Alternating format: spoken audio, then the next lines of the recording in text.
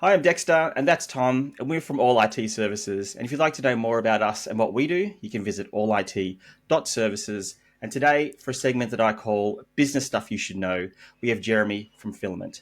Now, Filament is a digital marketing and advertising agency that specializes in B2B tech brands. And today, we'll be chatting IT and marketing. Jeremy, welcome to the show. Thanks for having me, Dexter. It's great to be here. Awesome. So, what can you tell us about IT and marketing? Because they're two industries that don't normally talk well to each other, and having an expert that knows a bit about both is pretty exciting for me. Appreciate it. Thank you so much.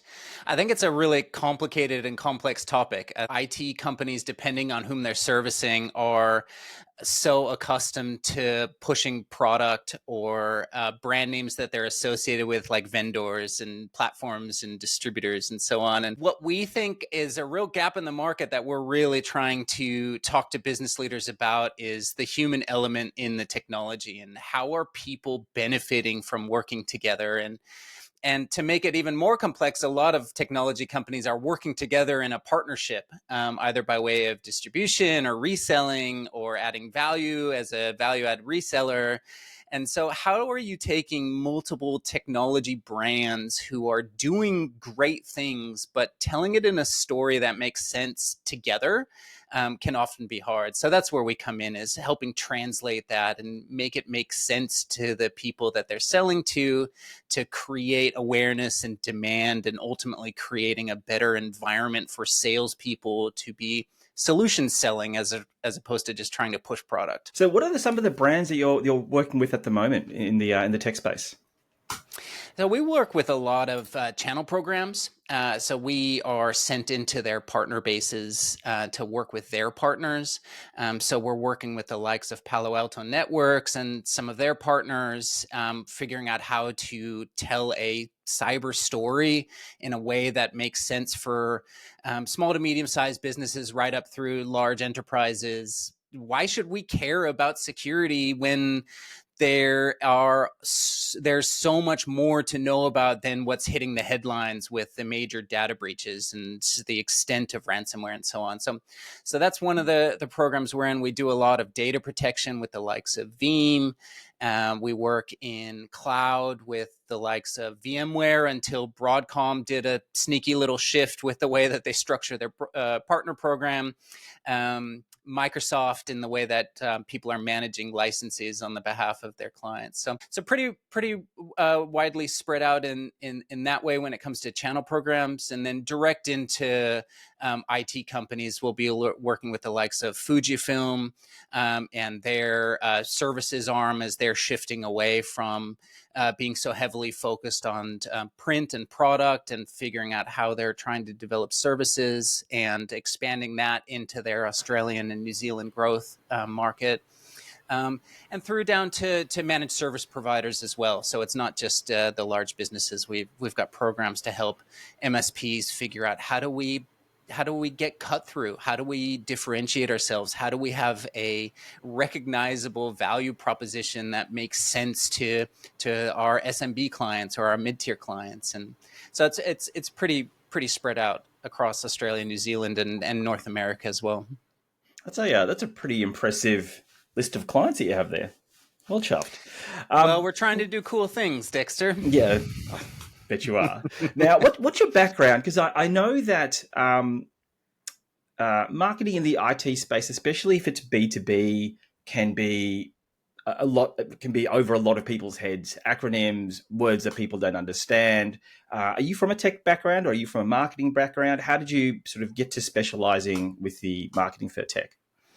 I came in through the communications background. So through corporate communications, public affairs, PR, and just general copywriting, that sort of language, trying to articulate what business leaders are trying to put out into market, is how I grew up in this space. Was originally fairly spread out.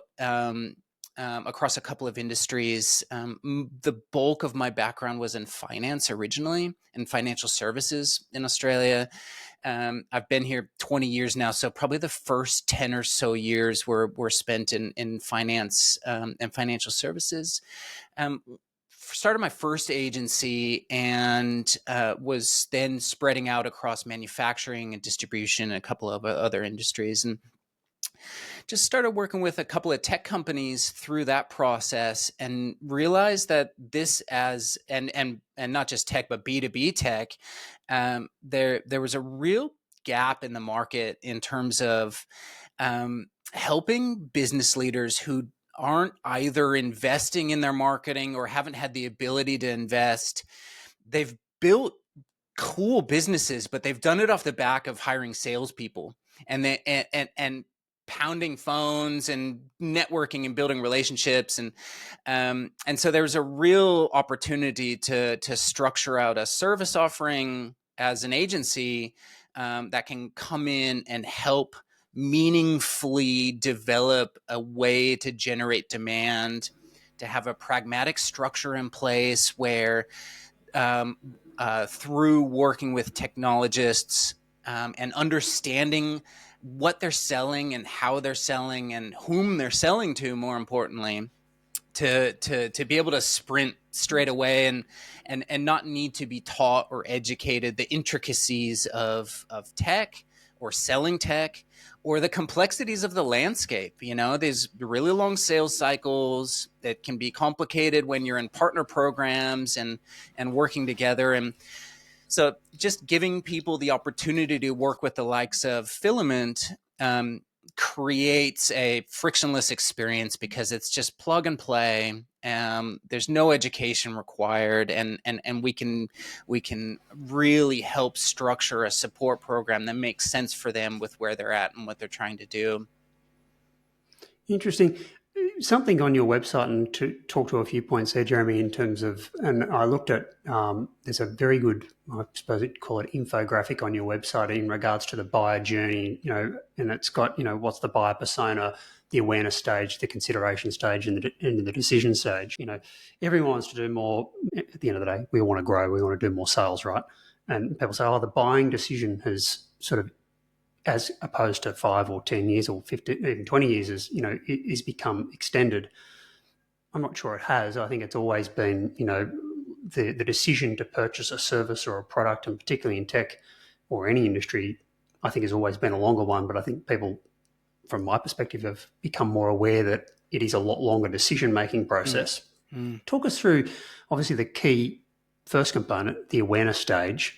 From what I'm seeing, people are even, pardon the pun, but more aware of this stage in an attempt to sell their services and products, rather than just trying to jam, the service of the product down, through email and, as you say, picking up phones and stuff. That seems to me, from my perspective, what has changed, and I suppose that's where you and your organisation come in, is getting people aware before they even start considering or making a decision. Is that a fair assumption? It is, and more than an assumption, it's true. There's a couple of things that have been changing, I believe, that are hard to navigate, and it's how do we not only create this awareness, but how do we even get attention, and how do we get on somebody's radar in a way that makes sense for the right person? So whether it's a buyer persona or some such, a lot of tech businesses, they'll joke about the fact that they just want to sell more. And when you say, well, to whom? Anyone who will buy from us. And that sort of lack of specificity means that you really need to start with figuring out, well, who is that ideal customer profile, and how do we reach them, and how do we make them care about the fact that they likely have problems that they may or may not even be aware of. They might be accepting of their day-to-day. They might just think that this is the way it should be. They actually may not even know to be out looking for solutions first. So how do we even reach these people who aren't looking for us? One of our services is helping people be found online, and the service itself is search engine optimization and SEO, but what do you do if nobody's looking, even in the first place? And this is the situation that a lot of MSPs find themselves in, particularly in Australia, where you don't have a school principal out there looking for better IT solutions. They just don't even know.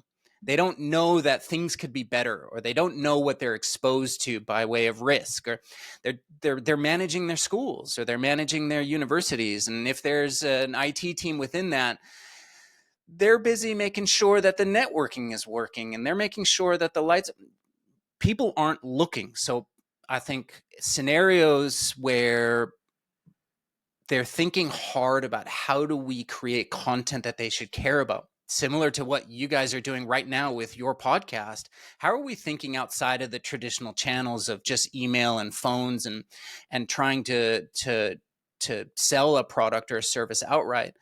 But how do we mean something to somebody in a way that shows that they have an issue that they should care about, that it could be easier, that they should start thinking about uncovering or discovering a solution to meet that need, and that your service is part of that discovery, and that within that discovery, then you're decided upon by way of a sale, to be blunt.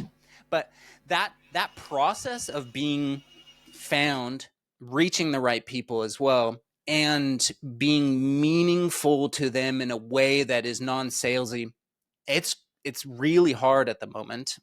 There's some data that came up recently, and there's a research firm called Canalys. Jay McBain's someone who's been on our podcast, and Jay has talked about how, from a marketing perspective, we used to talk about needing 10 to 12 touch points with a prospect to get a meeting. And touch points could be marketing assets and webinars and events and things like that. The way that Jay and team are now talking about it, they're talking about 28 meaningful moments before a sale. And he made the distinction, and this has radically shifted my thinking as well. A meaningful moment in comparison to a touch point. A touch point's just an email open, but a meaningful moment is an interaction that means something, like listening to a podcast. There is value there. They're taking value from it. Exactly. And absorbing rather than just absorbing it and applying it, and the more tech companies can start thinking about it in this context, the more they'll start shifting away from, hey, we've got blinking lights on servers and data rooms as our imagery, to how are people selling to people, and how are we resolving critical issues that they have in their lives, and how do we make their lives easier? That's where the buying cycle has shifted, I think. To put it from our perspective, and more so a statement than a question, but I often talk to our guys about the journey of potential customers becoming customers, and this takes sometimes years. I'll give you an example without naming names. We've had someone come on board, and they have seen, again, meaningful content, thought-provoking ideas, solutions to problems. And one thing that we probably haven't done very well is actually ask clients, and we're getting better at it, is ask clients, what was the journey, and prompt them, because a lot of the times they don't even know, they can't recall the journey.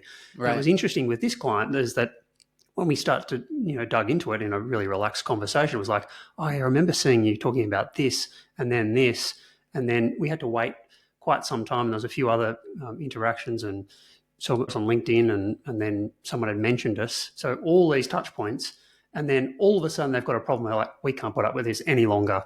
We're contacting All I.T. So it was just interesting to know that. And you can't ask those levels of questions to clients, but it was interesting to go through that. So I'm fascinated by the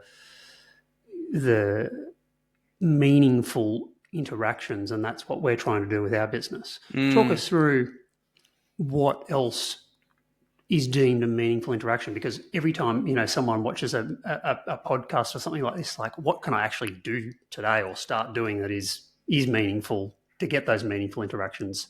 Talk us through what you would do for an MSP, for or some examples. It's a great question. It comes bundled with, and you were just describing it in your example. It comes bundled with not being able to necessarily attribute ROI to every single activity. And it moves you into a space of, if we think hard about doing the right things, we know good things will happen and we can attribute later. But where I'm getting at is, a lot of the activities that create meaning don't necessarily give you the ability to export a leads list and call them down today. Which is, I think, something in Australia that is holding a lot of businesses back, because they are accustomed to sponsoring an event, scanning badges, coming back with a list of 100, 200 prospects, handing it over to a team, and they call them all.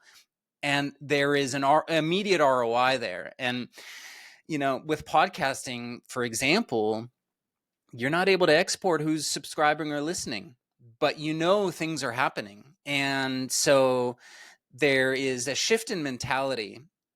And within that shift in mentality, I think you can start getting really creative with the types of activities that you can do. The best activities that I've seen is look at how can one go to market together. By way of other brands. So from a partner marketing perspective, this is where we've seen a lot of value get driven for businesses, because you're able to uncover a way to show how you drive value together, or to create a story of why you tangentially mean something to each other. If it's a referral partner, for example, and you're not in the same lane, but you're parallel in some way, you can actually tap into each other's customer bases or databases, and engage in activities together that are reaching the right people, because they are. But then more broadly with vendors and partners in their programs as well, figuring out ways to talk about each other that shows that together they are resolving unique pain points of prospects, and they couldn't solve those pain points if they went to anyone by themselves. They needed this partnership to make it work best for them. It means that activities like podcasts, like digital events or in-person events, or anything else that one can come up with, are reaching the right audiences without necessarily having that immediate today return, but having that medium-term cycle of understanding. Over time, we kept talking to them, and we kept educating, or we kept showing, or we kept talking about the right things. And as you experienced with your example, they come back to us eventually. And then at that point, we can start attributing. Is it a fair assumption, Jeremy, that, again, that all the stuff that you're talking about here, whether it's podcasting or, this, I call it soft engagement initially and providing value indirectly, well, let's be honest, it's a fair amount of work, and you don't see immediate ROI, and it takes not only is it a lot of work in the doing, like what Dex and I are doing and what you're doing, but it's a long game, right? This is like, we're not even talking 6 months. Like if I look at the examples, 12, 18, 24, even some, like we brought on a customer that has been trying to make a decision for various reasons, and which are completely fine, for 4.5 years.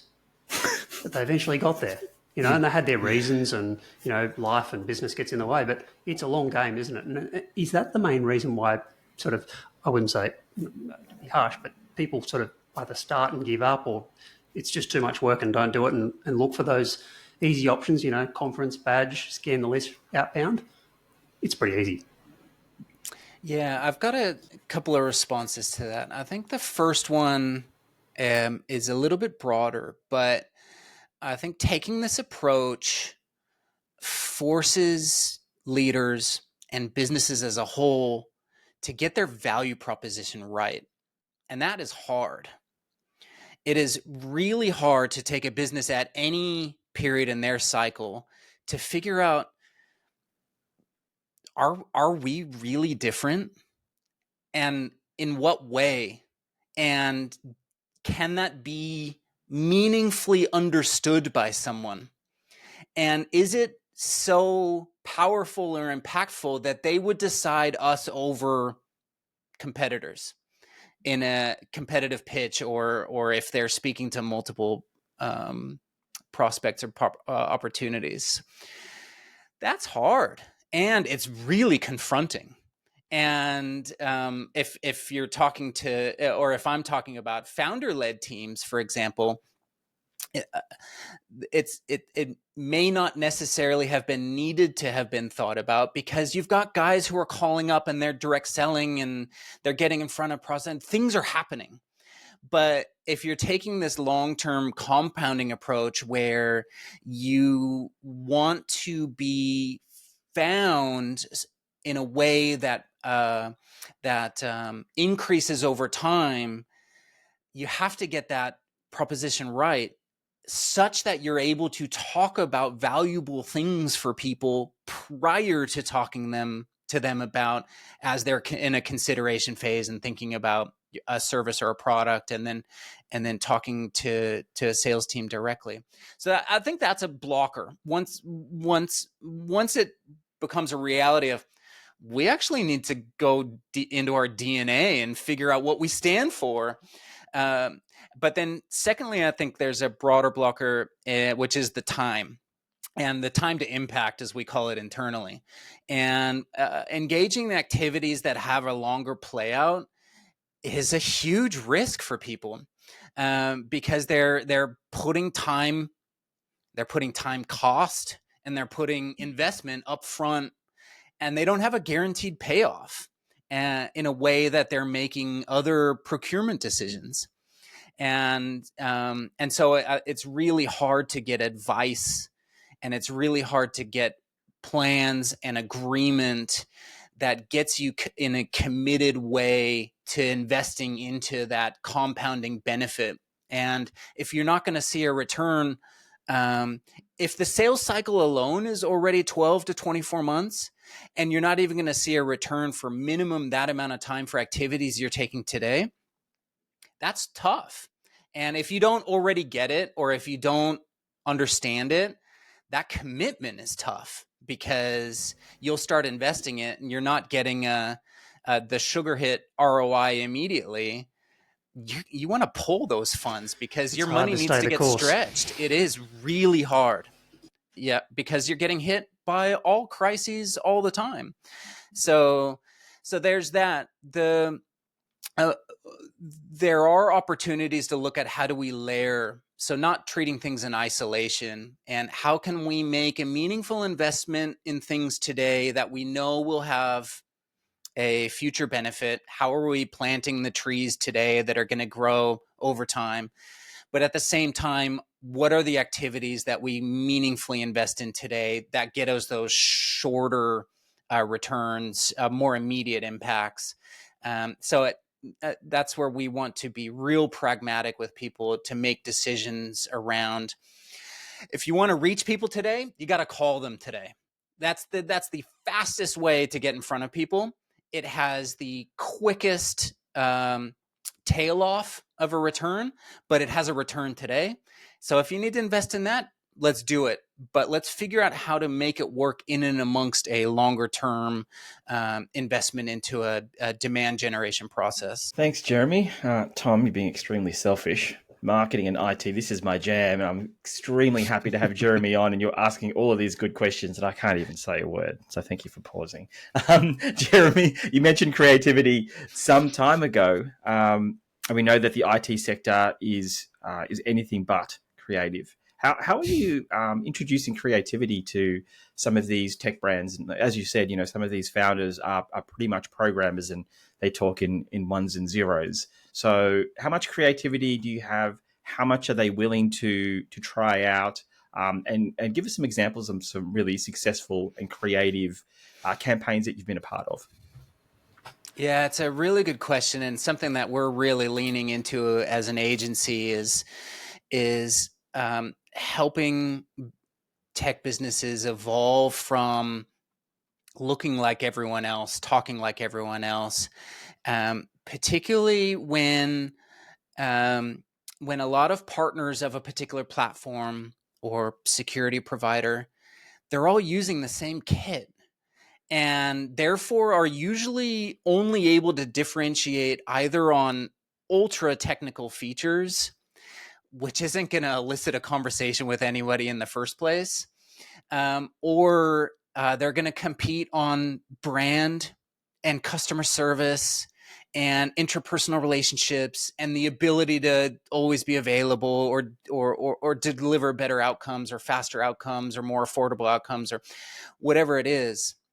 And so when you get out of we're not going to compete with technical data sheets and specs and the brochures, but look into, well, actually, if we're people servicing people, and if we're people selling to people, how can we use that more creatively than we have in the past? And so what we want to be really conscientious of as a third-party agency is how can we shift that brand story forward? So it's not a super crazy, wild, doesn't make sense transition into something, but how do we nudge things forward in ways that make sense and help tell a story in the market? So this doesn't necessarily mean the real creative ads that the multinationals will spin up. I mean, I was just at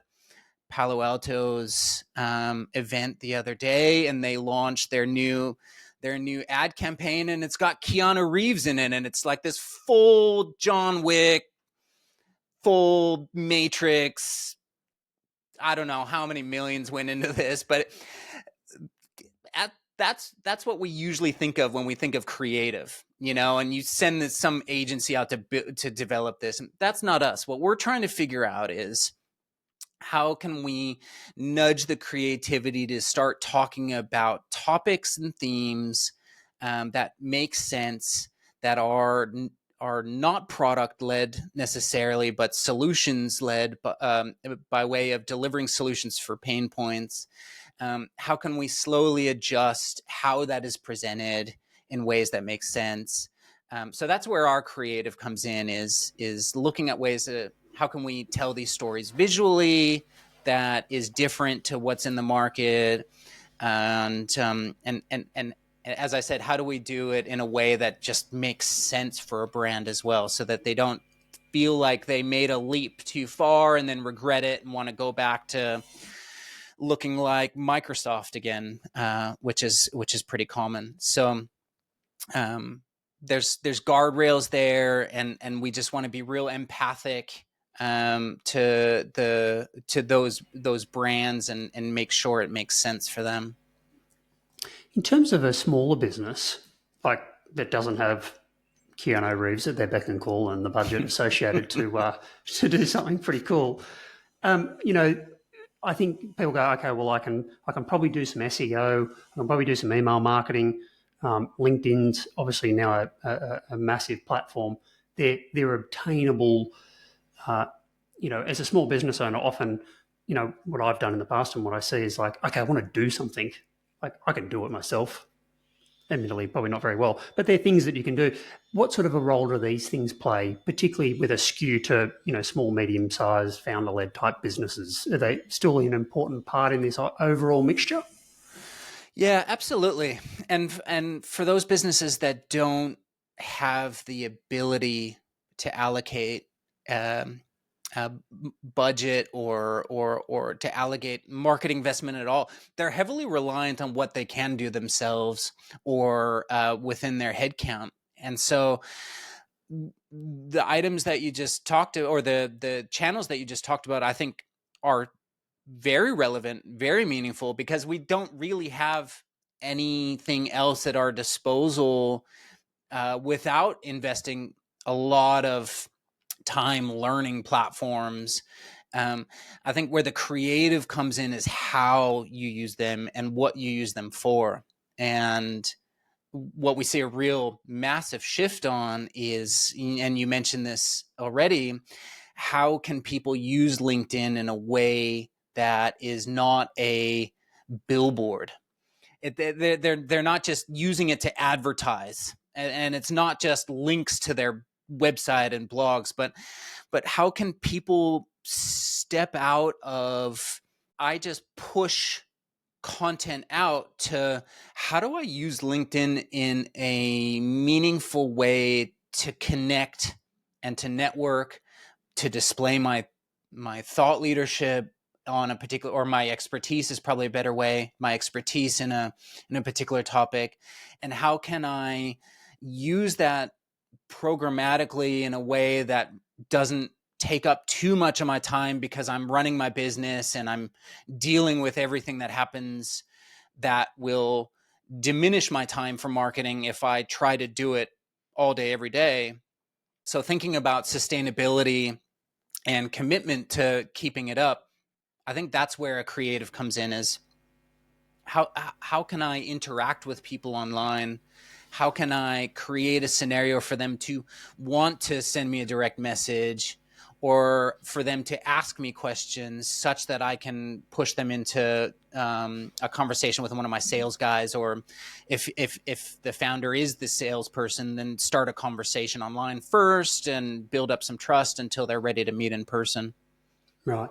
And from your perspective, from bringing on a client, Filament brings on a client, what's the key differentiator? And, probably not differentiator, but, what do you do with finesse that in these areas, SEO, LinkedIn, I'm presuming here you do this sort of stuff also, as opposed to, small business owner trying to give it a go themselves, and I think we all get to the realization that, okay, I'm actually really good at what I do, tech or, whatever industry you are in. And you get to this realization, I'm really not a marketer. I had a crack, but I'm not there. Let's use someone like Filament and yourself to do this.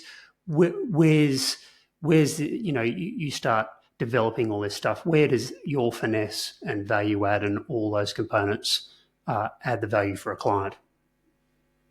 Yeah, I appreciate the question. So I think from a pragmatic perspective, the background and experience and expertise in this space alone puts us in a different bucket than many agencies, simply because we've been doing it for as long as we have. And so the ability to advise and structure programs and to support that process comes from a background of having done this for lots of people already. So we're removing the need to have to learn the intricacies of their particular market and their vertical, as well as coming armed with data and qualitative experience of what has and hasn't worked, and in wanting to create trusted relationships, we come with the hard truths about what things need to be done to achieve the things that they want to achieve. And sometimes that has a hard conversation, because people's dollars need to stretch and they need to have meaningful return. And if their expectations are outsized to what they can invest, we want to be upfront with them and talk about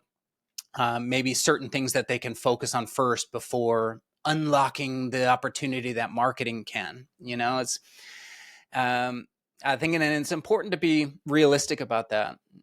I think the second value add is it often becomes a decision if it's first time investment, or if this is a new place or a new area that they're investing in within the business, to think about what's going to add a better outcome for them. Should they be hiring somebody? Should they be bringing in a team of people so the same investment gives them access to a range of experts across multiple disciplines, or a combination of both? And that's really the three options that they have. And so being able to openly talk about, okay, well, what's going to be best for you, gives them the structured thinking around their options. And it no longer is just this whiteboard of tell us what to do, to, okay, we're now talking specifically around, I can hire someone, they're going to need to be a generalist, depending on what kind of budget I have for that FTE. I'm going to get a particular skill set. Maybe that's great to start off on a small business side, because they need somebody there, physically there. They need to be available. They need to be able to jump around. They just need to be able to fill gaps and opportunities as they pop up. And that's important. And that gives them a foundation. It gives them something to work from. It creates momentum. Things start happening. Communications are in the market. So something is happening, which is good. But then looking at and figuring out, okay, well, if we're going to attach budget to bringing in an agency like Filament, and they're not working with somebody who I have internally, in what ways are they going to be able to do this as a third-party agency? And they're not going to be physically in the business, but we're going to scope activities that they can complete to support us. And what does that mean? And how do we have realistic expectations around that? So it's that's where we would start in that conversation. Jeremy, I have a question. How do you market Filament? We market Filament radically at the moment, and we're trying to get out of that. So we are the mechanic driving the less than flashy car. We are our own marketing has been a couple of different streams. One is part of our strategy as an agency has been to get close with vendor channel programs. So people we aim to target, as well as spend a lot of time talking to, are heads of channel, for example, or channel sales. Reason being is, if we form a relationship with a vendor, the vendor will push us into their partner base. And that leads to introductions.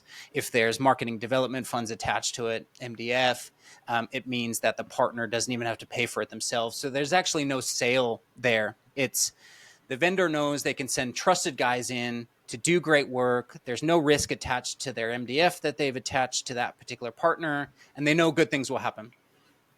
So that's part of our marketing strategy. And then secondly, we are very much pushing into doing everything that we advise. So we've got our own podcast, which has opened up incredible opportunities for us in ways that we could never have foreseen. My biggest regret, and I was on another podcast recently talking about this, I feel my biggest mistake was not starting that podcast earlier. I'd been wanting to do it for a really long time, and the perfectionist in me wanted to make sure that it was all set up and we had all the right gear and everything was perfect. And, the reality is, by the time we got around to launching it, it's as imperfect as it can be anyways. And way too much planning went into it and way too much thought. So, but the podcast itself has been amazing, as it's introduced us to people. It's led to referrals. It's led to partnerships. And we're still very early days of reaping the benefits of that, in that we can attribute back to the podcast, but never could have when we started out. And it's been awesome to watch. And then our current main investment right now is refreshing out our digital assets. So we've really grown up in terms of how we are presenting ourselves. So we're in the back end completely refreshing our website itself, and how we are talking about what we're doing and how we are presenting that. So we'll we'll probably launch that in the coming months, but that's where our focus is at the minute. It's all the website and all that sort of stuff. We're constantly refining and doing all that stuff. It's not really. I used to. I don't know whether everyone sort of realised this, but I've certainly come to the realisation that things like a website and even some of the content we put on LinkedIn, it's not really the initial window and people go, oh wow, I'm going to use these people, but it's those backstops to, okay, I've heard you here and I've been referred to you over here and I've heard you again, and all of a sudden I'm like, I'm going to check these guys out and realise that these are someone. So it's that you get to the website and it's like, yeah, actually these people are Bridgie. Is that again? Am I assuming right? Absolutely. And again, way more than an assumption. It's the website is the most critical asset in your entire marketing mix. It's the hub, right? It's if we think about how we are going out and talking to people, how we are sending out communications, how we are having our people at events, it all needs to come back to somewhere, and that somewhere needs to be the website. Firstly, because you have control over it end to end, and or hopefully you have control over it. And secondly, it's where you also that's where you open up an opportunity to be found online. So the website itself is what is found in search engines. And other things too. Some, as LinkedIn posts do sometimes, and there's and YouTube increasingly more. But the website is where your content gets found.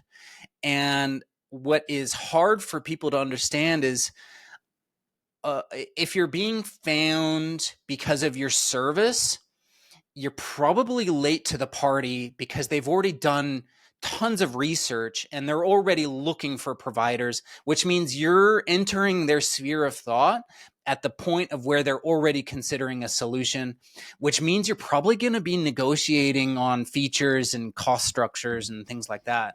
Exactly what we found.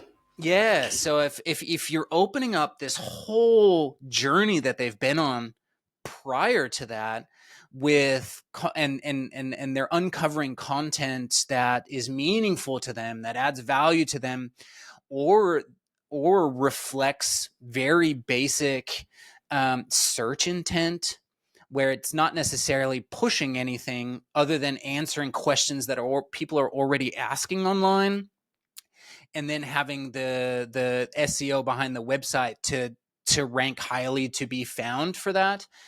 That's where people can start getting exposed to your content over time, because the first time they found you would have been to answer a question of, I don't know, what's the best switch to use on, whatever it is. And it had nothing to do with anything. And maybe they skimmed the content, as most people do, and they bounced off your site without looking around. But, if you're using different types of advertising platforms, or if you're using different pixels from LinkedIn, for example, you start amassing and accruing people that you can continue to push content to, either by retargeting or at a very basic level. If you've got a platform like HubSpot or any of the others, you can see the return visits as they start coming back, and you're able to start attaching scores against those visits. So you're just more empowered because everything's revolving around that core website. Tom, website. See that? Website. Anyway, we're getting a bit over, and I apologize, Jeremy. I do have one last question. You mentioned market development funds, and it's something that I've only heard about in the past 6 or so months. How effective are they in Australia versus, say, I know they're quite common in America, but in Australia, is it something that's worth pursuing here? Absolutely. 100%. The MDF opportunity is great.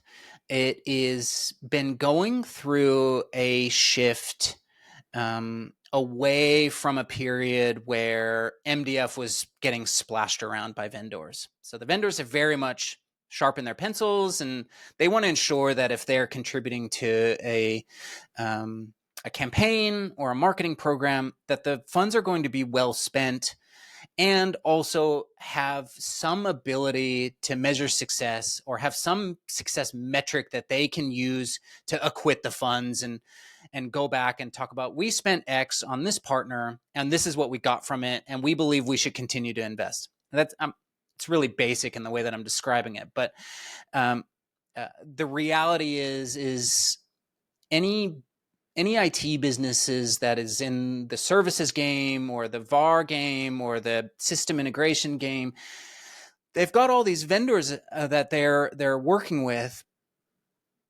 but they're not working with them to generate demand for the most part. And these MDF buckets are sitting there oftentimes unused or not accessed because they have not been given an opportunity to have a meaningful investment.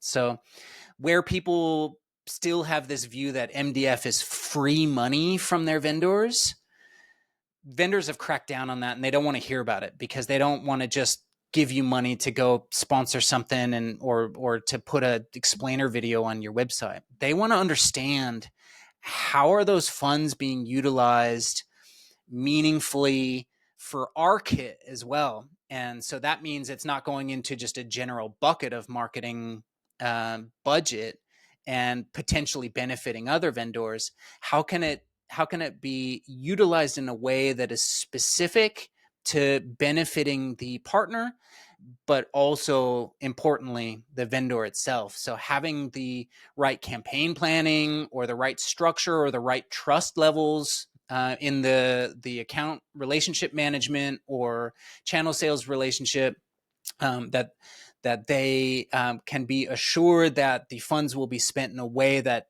benefits both in a mutual way, and that there's the open collaboration and communication in place to elicit that trust. It's an untapped opportunity for most partners. Fascinating. We could go on for a long time here, but we'll wrap it up. We might. I've been writing questions, but we'll wrap it up and we'll have you on another stage. It's fascinating, and I think the main takeaway, I think for the audience and again for us, is that all this stuff is a long game. You need to invest in it. It takes time, and again, having the right people on board in your corner like yourselves that know what has worked and what hasn't. I mean, let's be honest. If you're doing what you do best, which it's tech or whatever it is, you just haven't. It's like throwing darts at a wall, right? And with some of it will stick, and I'm sure you can do a little bit of it yourself. But if someone realizes that and wants to use someone like yourself, tell us, how do they find you? A little bit more detail. Yeah, so the best place is our website. So it's just at filament.digital. We have everything on there. I'm Jeremy Balius on LinkedIn. If you want to reach out and start a conversation directly, that's cool too. All right. Thank you very much, Jeremy. I think that's about it. Tom, were there any last questions before we wrap this up? Wonderful. We'll put all the links into everything, and as we always do, and look forward to having you on and diving deeper into some of these areas in the future. Jeremy, thanks very much for your advice and intel. Pleasure's all mine, guys. Thanks for having me Good on. on you. Thank you. Thanks. Woo!